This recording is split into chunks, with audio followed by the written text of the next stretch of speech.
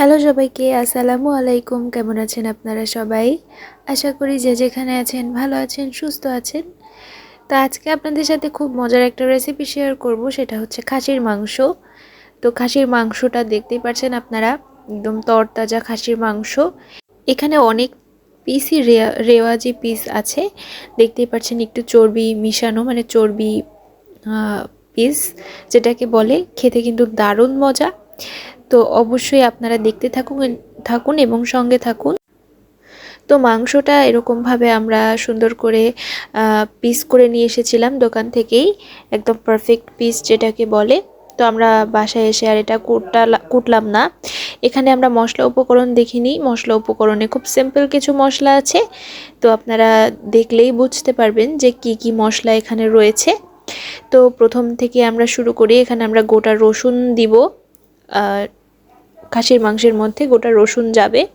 তারপরে আছে এখানে গরম মশলা, এলাচ, দারচিনি। তারপরে আছে এখানে গরম মশলা গুঁড়া। তারপরে আছে লবণ, জিরা গুঁড়া, মরিচের গুঁড়া, আদা বাটা, তেজপাতা।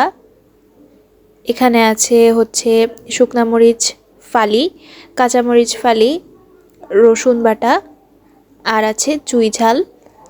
আর সর্বশেষ ইনগ্রেডিয়েন্টস সেটা হচ্ছে পেঁয়াজ। একটু বেশি ইউজ করেছি, আপনারা চাইলে কমও ইউজ করতে পারেন, কিন্তু পেঁয়াজের পরেও কিন্তু টেস্ট ডিপেন্ড করে। তো এই হচ্ছে আমাদের মশলা উপকরণ, টোটাল মশলা। আর এখানে আছে পর্যাপ্ত পরিমাণে টক দই। এখানে 1 টেবিল চামচ টক দই রয়েছে। তো মাংসটা আমরা সুন্দর করে ধুয়ে নিয়েছি। তো কড়াইটা গরম করার পরে এখন আমরা তেল দিয়ে দিচ্ছি পর্যাপ্ত পরিমাণে।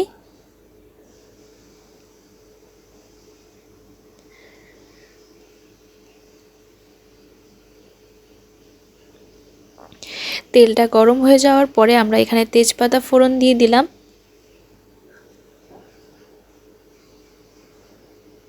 তারপরে দিয়ে দেব এখানে গরম মশলা, দারচিনি, এলাচ। দারচিনি গরম মশলা একই, দুইবার বলে ফেলেছি। তো এটা যখন ফ্লেভার ছড়িয়ে যাবে তখন এখানে আমরা একে একে দিয়ে দিলাম হচ্ছে শুকনা মরিচ। ফোড়নে শুকনা মরিচটা সুন্দর করে কিছুক্ষণ ভেজে নিব। যখন শুকনা মরিচের কালারটা দেখতে পাচ্ছেন এমন হয়ে যাবে, তখন আমরা দিয়ে দিলাম পেঁয়াজ কুচি। পেঁয়াজ কুচিটা সুন্দর করে ভেজে নিব।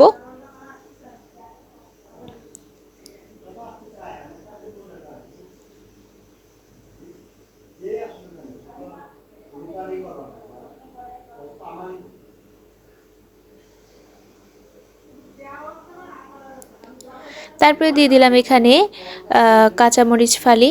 কাঁচামরিচ ফালিটাও সুন্দর করে ভেজে নিব পেঁয়াজ মরিচের সাথেই, পেঁয়াজ শুকনা মরিচের সাথেই ভেজে নিলাম।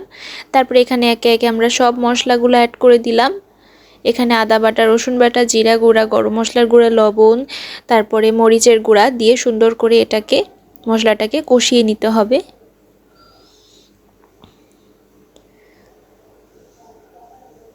তারপরে দিয়ে দিলাম অল্প একটু পানি, দিয়ে সুন্দর করে মশলাটাকে কষিয়ে নিতে হবে।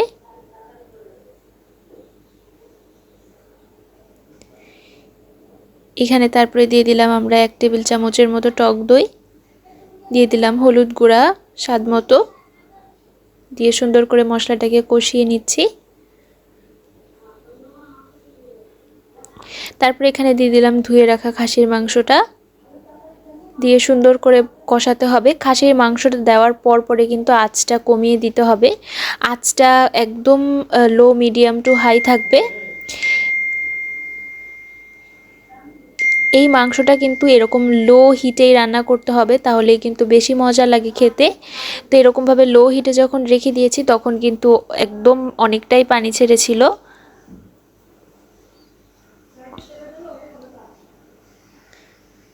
তো ওই পানিতে একবার কষানো হবে, তারপরে আবার কষানোর পানি দিয়ে এটাকে রান্না করা হবে। তো খুব ধিমি আঁচে এটাকে রান্না করা হয়েছিল।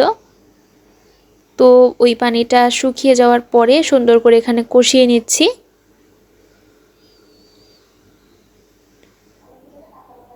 তারপরে এখানে গরম পানি দিয়ে দিচ্ছি। এখানে কিন্তু অবশ্যই গরম পানি অ্যাড করতে হবে। গরম পানি অ্যাড করার পরে এখানে আমরা ঢাকনা দিয়ে ঢেকে রেখেছি অনেকক্ষণ, প্রায় অনেকক্ষণ আমরা এরকম ধিমি আঁচেই রান্না করেছি।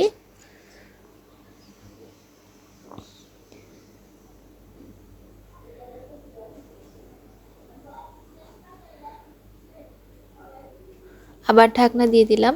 এভাবে করে কিছুক্ষণ নাড়াচাড়া করে এই দেখুন ঝোলটা কতটা টেনে এসেছে। মানে কষানোর যে ঝোলটা আমরা দিয়েছিলাম, কষানোর পানি, এইটা দিয়েই কিন্তু অনেক সুন্দর করে কষাতে হবে। তারপরে যখন একদম কষানো হয়ে যাবে, এই পানিটা শুকিয়ে যাবে, তখন আমরা ঝোলের পানি দিয়ে দিব। তো যখন কষানো হয়ে যাচ্ছে তখন এর মধ্যে আমরা রসুন এবং চুই ঝালটা অ্যাড করে দিলাম। দিয়ে সুন্দর করে রসুন এবং চুই ঝালটাকে কষিয়ে নিব।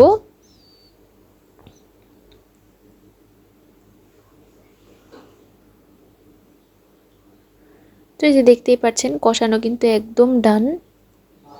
এই পর্যায়ে আমরা পানি অ্যাড করব, ঝোলের পানি অ্যাড করে দিব।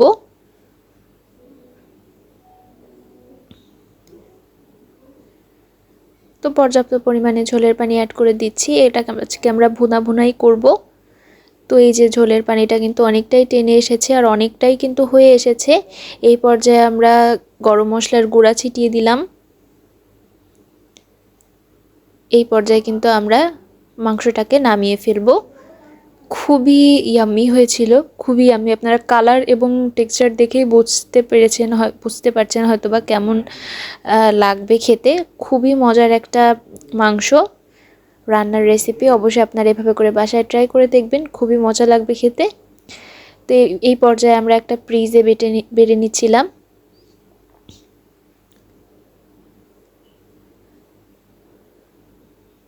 মাংসটা এত পরিমাণে সফট ছিল, ভেঙে দেখাতে পারলে হয়তো বা আরও বেশি ভালো হতো।